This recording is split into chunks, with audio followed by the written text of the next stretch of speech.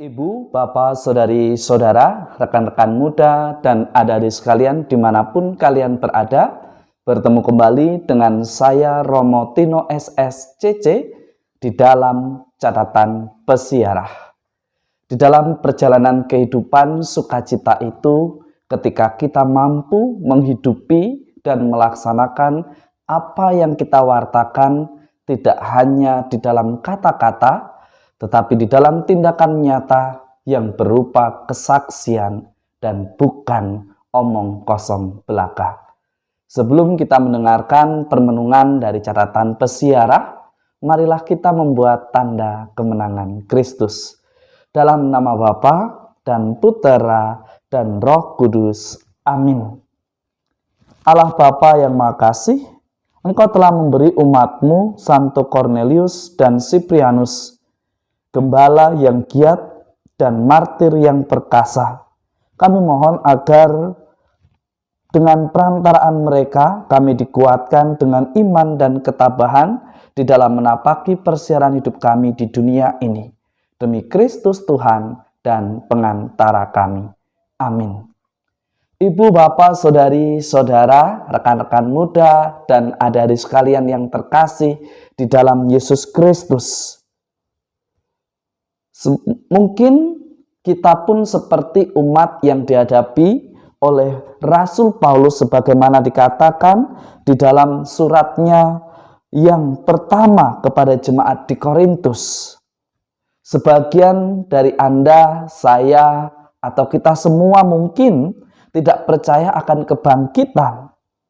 Hari ini melalui pengalaman imannya, Paulus menegaskan dan meneguhkan iman kita. Ia memberikan keyakinan akan fakta kebangkitan. Dia menegaskan bahwa Yesuslah buah sulung dari kebangkitan itu.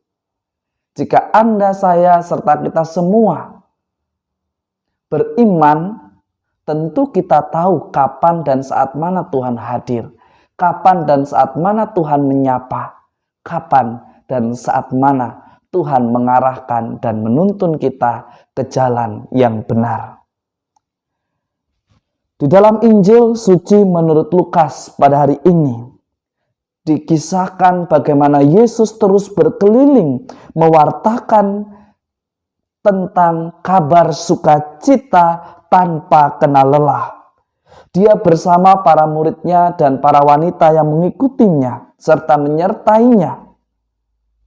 Ia selalu mewartakan sukacita, keselamatan yang berasal dari kerajaan Allah. Keperluan hidup diperoleh dari kebaikan para sahabat. Begitu pula di dalam perjalanan persiaran hidup kita.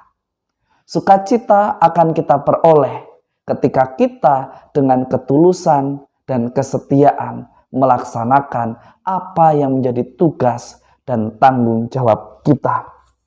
Sebagai orang beriman tentu kita sering merasa lelah, merasa bahwa kebaikan kita ditolak, merasa bahwa kebaikan kita itu dianggap sebagai sebuah ancaman.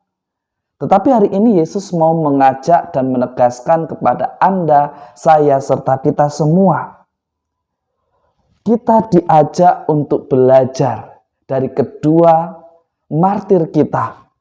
Pada hari ini yang kita peringati yaitu Santo Cornelius dan Cyprianus yang dengan kegagahannya, yang dengan ketekunan dan kesetiaannya ia memperjuangkan persatuan. Ia memperjuangkan dan menghadirkan dirinya, diri mereka sebagai tanda akan kasih Allah yang sungguh nyata. Menjadi pertanyaan di dalam perjalanan hidup kita, sudahkah kita selalu mengusahakan untuk menjadikan dirimu, diriku, diri kita semua sebagai tanda nyata akan kehadiran Allah? Ataukah justru kita mengacaukan? Atau justru kita yang menjadi sumber pemecah belah? Jadilah orang beriman yang tepat dan benar. Karena mestinya semakin beriman, semakin mendamaikan. Semakin beriman, ia mampu semakin bijaksana dan menghadirkan persatuan dimanapun ia tinggal. Semoga berkat Tuhan senantiasa melindungi dan memberkati kita semua, Bapa dan Putera dan Roh Kudus. Amin. Yesus adalah gembala yang baik. Jika kita ingin hidup baik dalam ketaatan dan kesetiaan, bukalah hati dan pikiran kita untuk selalu mendengarkan apa yang menjadi rencananya di dalam persiaran hidup kita. Keegoisan adalah awal dari kehancuran.